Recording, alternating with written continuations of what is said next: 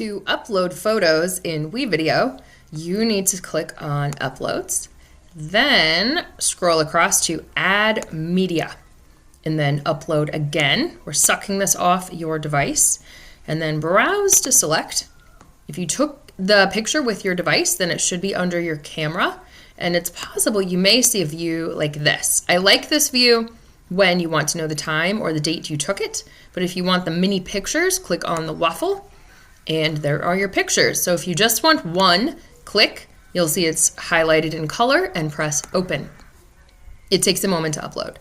If you want more than one photo and you took several at a time, then when you go to upload, browse, you can actually click the first one you want, hold your shift button down and click the last one. And now they're all highlighted, saves you time. You can upload all of those photos at once.